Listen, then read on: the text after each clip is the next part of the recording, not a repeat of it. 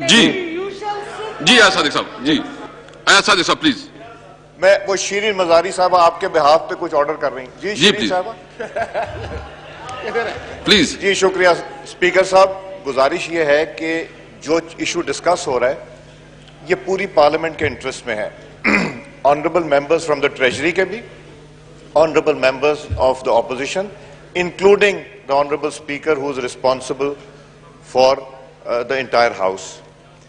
اس میں جو احسن اقبال صاحب نے لفظ استعمال کیا 73 میں شیل کا, اٹ از بائنڈنگ. اگر یہاں لکھا ہوتا 89 میں ایکسکلوڈنگ یا انکلوڈنگ منی بل بھی آ جاتا تو پھر کلیریفائی ہو جاتا. مگر اب ہم نے وہ کام کرنا ہے جو آئین اور قانون کے مطابق ہو, وہ کام کرنا ہے جس میں ان کی اور ان کی بھی عزت بحال رہے. آپ ججمنٹ جلدی دینے کے بجائے, رولنگ دینے کے بجائے, میری ریکویسٹ ہوگی اس کو وقت لیں, تھوڑا اس کو کنسیڈر کریں.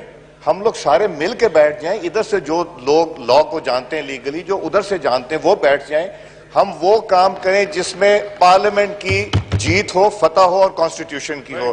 تو آپ جلدی ججمنٹ نہ دیجئے, آپ رولنگ جو دے دی اس کو روک دیجئے. Take a day, decide in the coming few days, تاکہ اس کے اوپر ونس اینڈ فار آل یہ چیپٹر کلوز ہو جائے. شکریہ. بابروال صاحب پلیز.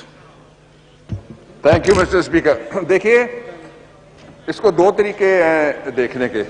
ایک تو اسکیپ روٹ نہیں بنانا چاہیے کانسٹیٹیوشن کے.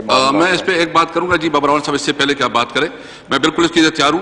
میں ایک میٹنگ بلا لوں گا جس میں آپ, لا منسٹر, اٹارنی جنرل اور اپوزیشن سے جو یہ مناسب سمجھتے ہیں لیگل اس کے, وہ ہم بیٹھیں گے. اس کے اوپر جوڑا ہم لیگل ڈسکشن کریں گے, صرف کہ لیگل اس کے کیا. جی پلیز. جی پلیز. I totally agree. جی میں جناب اسپیکر جو میں بات کہنے لگا اس لیے کہ دو مطالبے آئے فاضل ممبر نے, جنہوں نے وہ جو پروپوننٹ ہیں اس پریپوزیشن کے, انہوں نے یہ کہا کہ آپ رولنگ دیں, اور راجہ صاحب نے کہا کہ آپ رولنگ نہ دیں.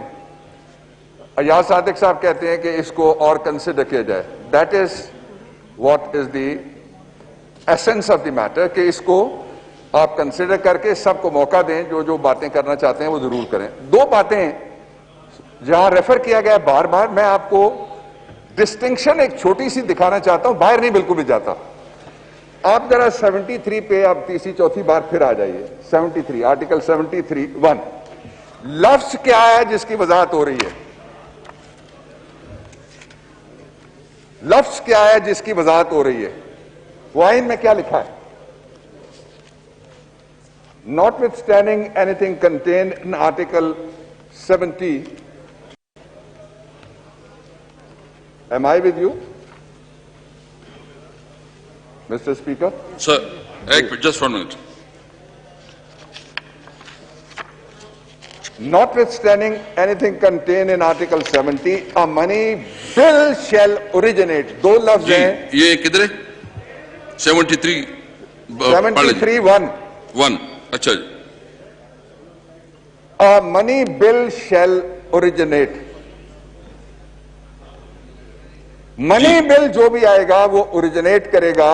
اس کا اردو آسان میں ترجمہ یہ ہے, کہاں پہ؟